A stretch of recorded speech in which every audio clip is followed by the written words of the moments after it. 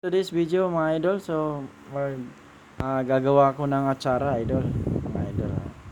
So ayan, nakagayat na yung ano natin, mga kailangan natin sa gawa ng atsara. So mayroon pala akong ginagayat dyan na carrots, and then sibuyas, bell pepper, and then luya, and then bawang po, at saka sibuyas. Yan na mga idol. So abang yan na idol, no? So ilalagay na natin sa kinuskus natin na papaya mga idol. Ayan na.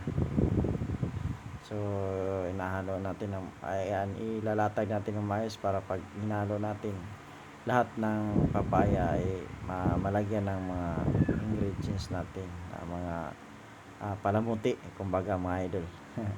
Palamuti. Ayan. Masarap kasi yan, lalo na kung marami ang luya, mas lalong dadagdag ng sarap sa atsara mga idol. So ayan idol, no? Umpisa na natin na ay may pa pala, nakalimutan ako. Mayroon pala akong pasas na idol. Konti lang yung pasas na nilagay ko, gawa nung mahal naman kasi ng pasas mga idol. So ayan lang, para kahit pa paano meron lang tayong makikitang kakaiba sa natin ginawa nating atsara. So ayan mga idol, nahalo-halo na maayos para sa ganun lahat nabibigyan ng aroma nung natin, yung ricado. So nilagyan ko na rin yung paminta. So may paminta yan mga idol. So ang paminta, durog. Ngayon mga idol, ang hinahalo ko dyan. And then mga idol, may nakahanda na rin ako dyan na pinakulo na suka na may kasamang brown sugar mga idol. And then nilagyan ko na rin ng paminta rin yun na durog mga idol. So lalagyan na natin ulit ng brown sugar maliban dun sa pinakuluan natin na kasama ang suka mga idol. So yan na idol, no? So halu-haluin, and then lagyan natin ng asin din yan mga idol, lagyan ng asin.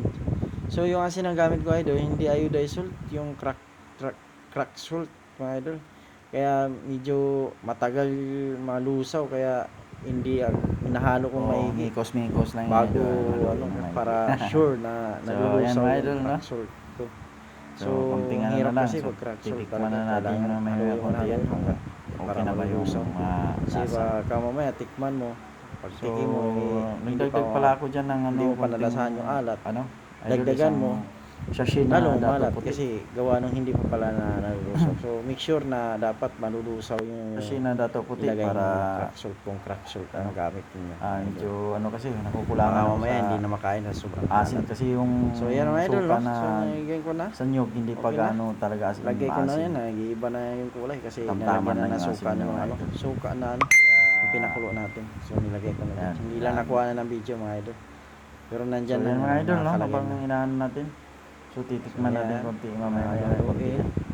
So tagalan na ako mamaya yan pagka inaano ko naman kasi yung asin na gamit ko dyan yung crack salt. Sa mga bago pa sa channel ko, so huwag kalimutan mag-like and share, subscribe para malulusaw and then mamaya masubrahan ko na lalo kayong pag tinikman sa mga idol, tapos gagawin ko mga panalusaw yung crack salt natin. Kalimutan, no? Tapos magdagdag ka. So salamat sa mamaya magiging dagat na suporta. super